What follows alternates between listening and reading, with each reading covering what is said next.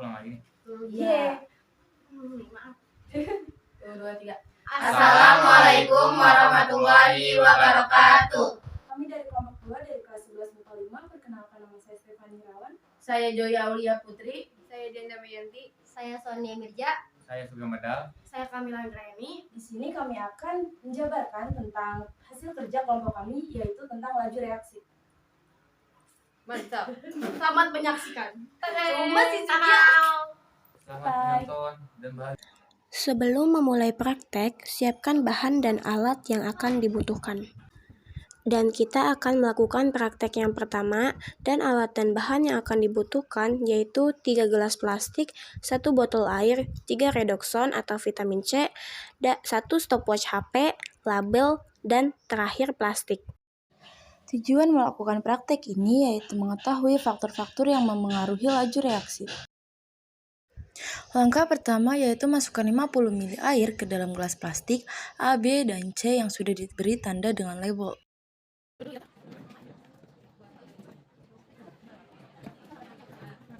Langkah kedua, masukkan vitamin C atau redoxon dengan los permukaan utuh ke dalam gelas A. Lalu jangan lupa dihitung waktunya vitamin C itu hingga larut dengan stopwatch. Hingga akhirnya vitamin C dalam bentuk utuh dalam gelas A larut sepenuhnya dengan waktu 1 menit 5 detik. Langkah ketiga, potong terlebih dahulu vitamin C menjadi 4. Lalu masukkan vitamin C yang sudah dipotong 4 itu ke dalam gelas B. Dan dihitung waktunya dengan stopwatch sampai vitamin C itu larut sepenuhnya di gelas B. Dan akhirnya vitamin C itu larut dengan waktu 52 detik. Dan vitamin C yang terakhir yaitu ditumbuk sehingga menjadi serbuk.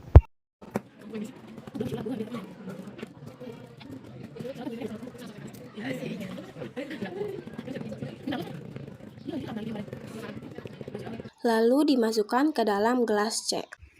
Dan dihitung waktunya dengan stopwatch sampai vitamin C itu larut sepenuhnya di gelas C.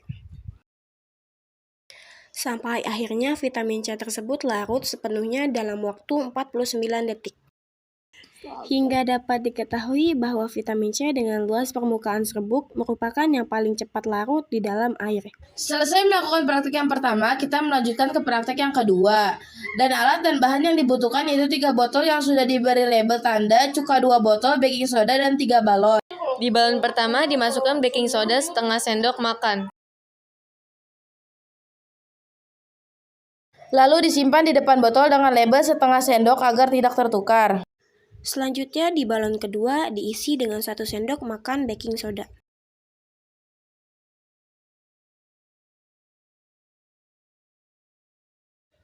Di balon terakhir dimasukkan baking soda 1,5 sendok makan, dan ini paling banyak dari 2 balon sebelumnya.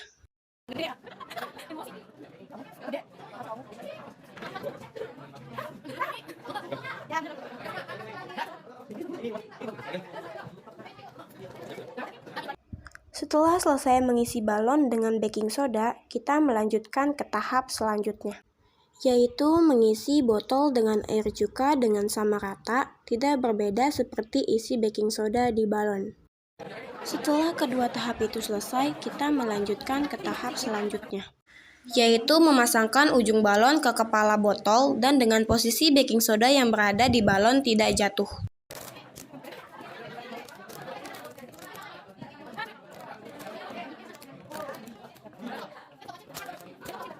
Setelah semua balon selesai dipasang di kepala botol, langsung botol pertama ditumpahkan sampai jatuh ke dalam cuka yang berada di dalam botol.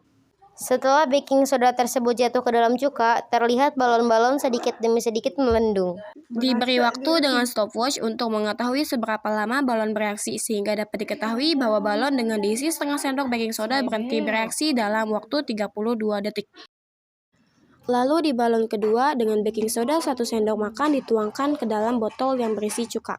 Dan terlihat setelah dituangkan, balon langsung bereaksi dan sedikit demi sedikit membesar. Hitung beberapa lama balon itu membesar sampai dengan tidak lagi membesar dengan stopwatch. Dan akhirnya setelah beberapa waktu, balon berhenti bereaksi dengan waktu yang sama. Dengan sebelumnya hanya beda 54 ml. Dan juga terlihat bahwa balon lebih besar dari balon yang pertama. Setelah 2 balon selesai, balon terakhir dengan isi baking soda 1,5 sendok makan ditumpukan ke dalam cuka. Dan balon dengan cepat bereaksi.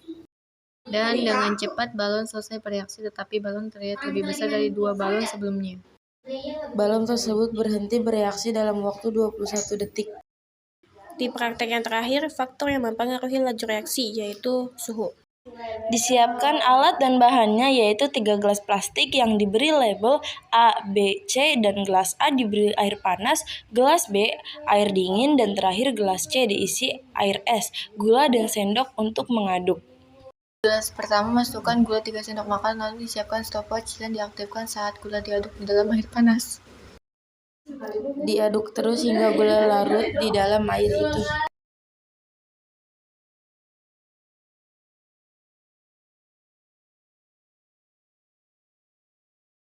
Dan setelah beberapa waktu, akhirnya gula larut di air panas dalam waktu 1 menit 8 detik.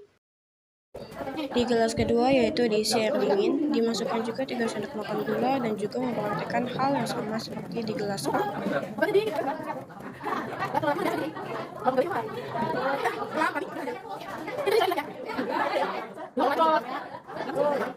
Dan diketahui bahwa gula larut lebih lama dari gelas pertama.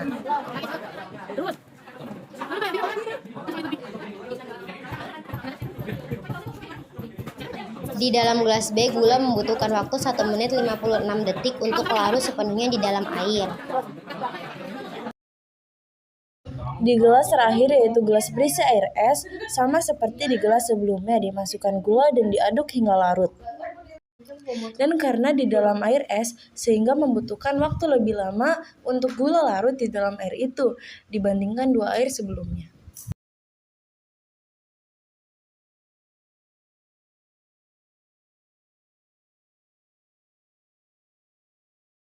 Bahkan waktunya sangat jauh daripada air sebelumnya, yaitu larut dengan waktu 5 menit 56 detik. Pada praktek faktor yang memengaruhi laju reaksi, yaitu luas permukaan, kita dapat menyimpulkan bahwa semakin sempit luas permukaan akan semakin cepat laju reaksinya. Pada faktor yang memengaruhi laju reaksi, yaitu konsentrasi, apabila konsentrasi reaksi bertambah, jumlah partikel akan meningkat.